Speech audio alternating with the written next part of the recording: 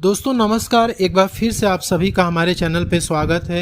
E-way bill generate करने के बाद यदि किसी कारणवश आपको ई-वे बिल कैंसिल करना है और आपको डिफ़िकल्टी फेस करनी पड़ रही है, तो इस वीडियो में मैं आपको प्रोसेस बताऊंगा कि किस तरीके से आप अपनी ई-वे बिल को कैंसिल कर सकते हैं।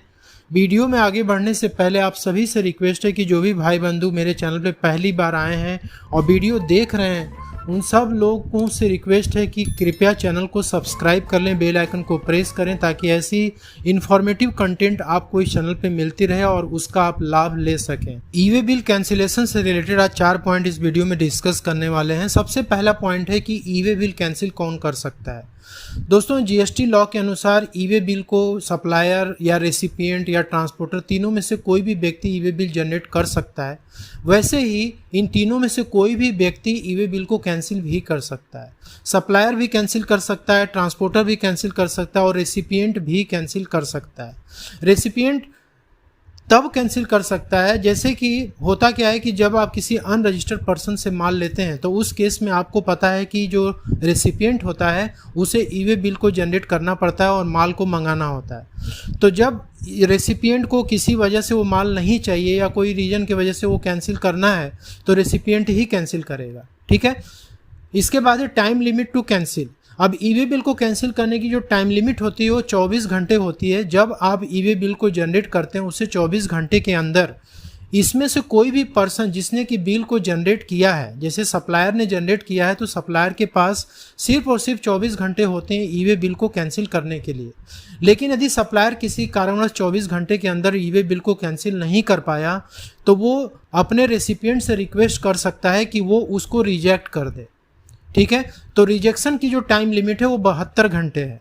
यानी कि जिस समय ई-वे बिल जनरेट हुआ है उसके 72 घंटे तक आपके पास टाइम है कि आप उस ई-वे बिल को रिजेक्ट कर दें, और जब रिजेक्ट हो जाता है ई-वे बिल तो फिर उसकी कोई वैल्यू नहीं रह जाती है, ठीक है। तो कैंसिलेशन के लिए 24 घंटे हैं, क्योंकि एक बार कैंसिल नहीं होता ई-वे बिल तो वैलिड माना जाता है और फिर उसको कैंसिल नहीं किया जा सकता है सप्लायर के द्वारा जिसने जनरेट किया है, लेकिन उसको रिजेक्ट जरूर किया जा सकता है। इसके बाद दूसरा है कि मान लीजिए कि आपका गुड्स जो है निकल चुका है और चेक पोस्ट आया, वहाँ पे जीएसटी ऑफिसर ने आपके ई-वे बिल को वेरीफाई कर दिया, ठीक है। उसके बाद जो आपका रेसिपिएंट है उसने किसी कारणवश आपसे मना कर दिया कि हम डिलीवरी नहीं लेंगे गुड्स की, हम यहीं पे कैंसिल कर रहे हैं, हमें नहीं चाहिए, तो उस केस में ई-वे बिल कैंसिल नहीं हो सकता है, ठीक है। तो ये दो सिनारियों में ई-वे बिल की कैंसिलेशन पॉसिबल नहीं है, मतलब टाइम लिमिट क्रॉस करेगा तो कैंसिलेशन पॉसिबल नहीं होगी, ठीक है। इसके बाद है रीजन फॉर कैंसिलेशन, जो कि बहुत ही इंपॉर्टेंट है क्योंकि इसी के ऊपर पूरी कैंसिलेशन ई-वे बिल की डिपेंड करती है।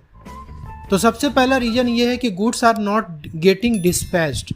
अब यहाँ पे ये होता है कि आपको रेसिपिएंट ने ऑर्डर प्लेस किया, आप जो है गुड्स को डिस्पैच करने वाले हैं, लेकिन आपको जिसने ट्रांसपोर्टर से बात किए थे वो ट्रांसपोर्टर ने गुड्स ले जाने से मना कर दिया किसी कारणवश, या फिर आपका जो रेसिपिएंट है उसने ऑर्डर तो दिया लेकिन कुछ समय के बाद उसने बोल दिया कि हमें गुड्स नहीं चाहिए, किसी और रीजन की वजह से कुछ और रीजन बताएगा, ठीक है। या तो फिर आप जो है उसका जो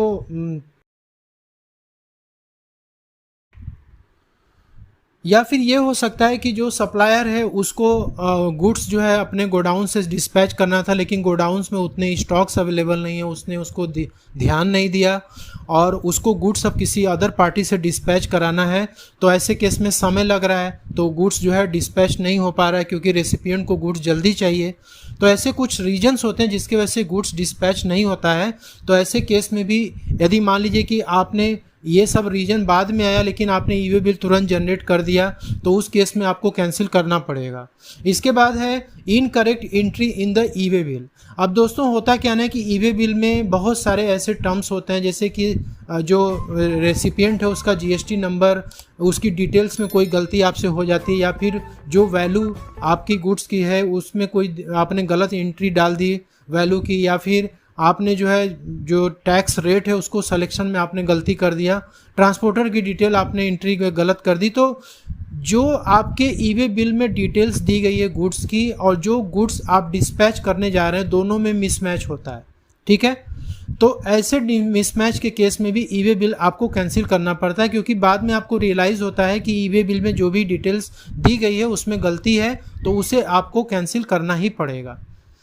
कैंसिल करने के बाद आप फिर से एक करेक्ट ई वे बिल आप जनरेट कर सकते हैं। तो जैसे यहाँ पे देख सकते हैं, जो मिस्टेक जनरली होता है, GSTIN नंबर में मिस्टेक हो सकता है, वैल्यू में दिक्कत हो सकती है, GST टाइप में हो सकती है। अब जैसे मान लीजिए कि आप रेसिपिएंट हैं, आप किसी अनरजिस्टर्ड पर्सन से माल ले रहे हैं और वो इंट्रा स्टेट सप्लाई है, लेकिन आपने उसको इंटर स्टेट में शो कर दिया, तो वो गलती हो सकती है। पार्ट बी में अपडेट करने में गलती हो सकती है।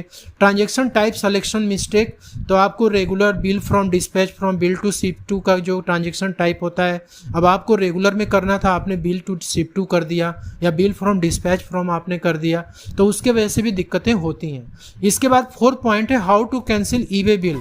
सबसे इंपॉर्टेंट पॉइंट है कि आपने ये सारी चीज़ें देख ली, अब आपको कैंसिल करना है तो आपको ई वे बिल पोर्टल पे ही इसी कैंसिलेशन करनी पड़ती है। ई वे बिल कैंसिल करने के लिए आपको ई वे बिल gst.gov.in की वेबसाइट पे आना है और यहाँ पे आपको ई वे बिल वाले सेक्शन में क्लिक करना है और यहाँ पे आप देख सकते हैं यहाँ पे कैंसिल का ऑप्शन है, इस पे आपको क्लिक कर देना है। तो यहाँ पे जब क्लिक करेंगे तो आपको कैंसिल ई वे बिल के लिए आपको यहाँ पे ई वे बिल नंबर यहाँ पे इंटर करना होगा और उसके बाद गो पे क्लिक करना होगा। आपने जो ई वे बिल जनरेट किया है उसको आपको ओपन करना है। ओपन करने के बाद आपको देख रहे हैं पहले नंबर पे ही ई वे बिल नंबर यहाँ दिख रहा है, आपको यही ई वे बिल नंबर वहाँ पे इंटर करना है। तो यदि आपको ई वे बिल नंबर पता है तो आप इंटर कर दीजिए, नहीं पता है तो मैं इसको फाइंड आउट करने का तरीका आपको बताता हूँ। आप रिपोर्ट में चले आएंगे और यहाँ पे माई EW रिपोर्ट्स पे आपको क्लिक करना है और यहाँ पे आउटवर्ड सप्लाईज आपको सेलेक्ट करना है और यहाँ पे आपको डेट सेलेक्ट करना है, जिस डेट से आपने ई वे बिल जनरेट किया था वो डेट सेलेक्ट करने के बाद आपको गो बटन पे क्लिक कर देना है। तो डेट सेलेक्ट करने के बाद आपको गो पे क्लिक करना है और यहाँ पे आप देख सकते हैं कि आपको यहाँ पे पहले वाले कॉलम में ही EWB नंबर दिख रहा है। ये EWB नंबर आपको नोट डाउन कर लेना है। अगेन आप मेन डैशबोर्ड पे आ जाएंगे और यहाँ पे कैंसिल पे क्लिक करेंगे, यहाँ पे EWB नंबर को इंटर करना है। यहाँ पे आपको गो पे क्लिक करना है। इसके बाद आप देख सकते हैं आपने जो भी ई वे बिल जनरेट किया होगा वो पूरी डिटेल्स यहाँ पे आपकी आ जाएगी। और यहाँ पे जब आप नीचे की तरफ आएंगे तो यहाँ पे देखिए सेलेक्ट रीजन पूछ रहा है, आपको यहाँ पे रीजन सेलेक्ट करना है कि किस रीजन से आप ई वे बिल को कैंसिल कर रहे हैं। ठीक है, तो यहाँ पे जैसे मान लीजिए कि ये डुप्लीकेट है या फिर ऑर्डर कैंसिल हो चुका है, रेसिपिएंट ने जैसे मैंने बताया था ऑर्डर कैंसिल कर देता है, या फिर डाटा एंट्री की मिस्टेक हो सकती है, या फिर अदर्स जो भी आपके केस में होगा। तो जैसे मान लीजिए हम डाटा एंट्री मिस्टेक्स करते हैं और यहाँ पे कैंसिल बटन पे हमें क्लिक करना है। तो यहाँ पे देखिए लिख रहा है ई वे बिल कैंसिल्ड सक्सेसफुली।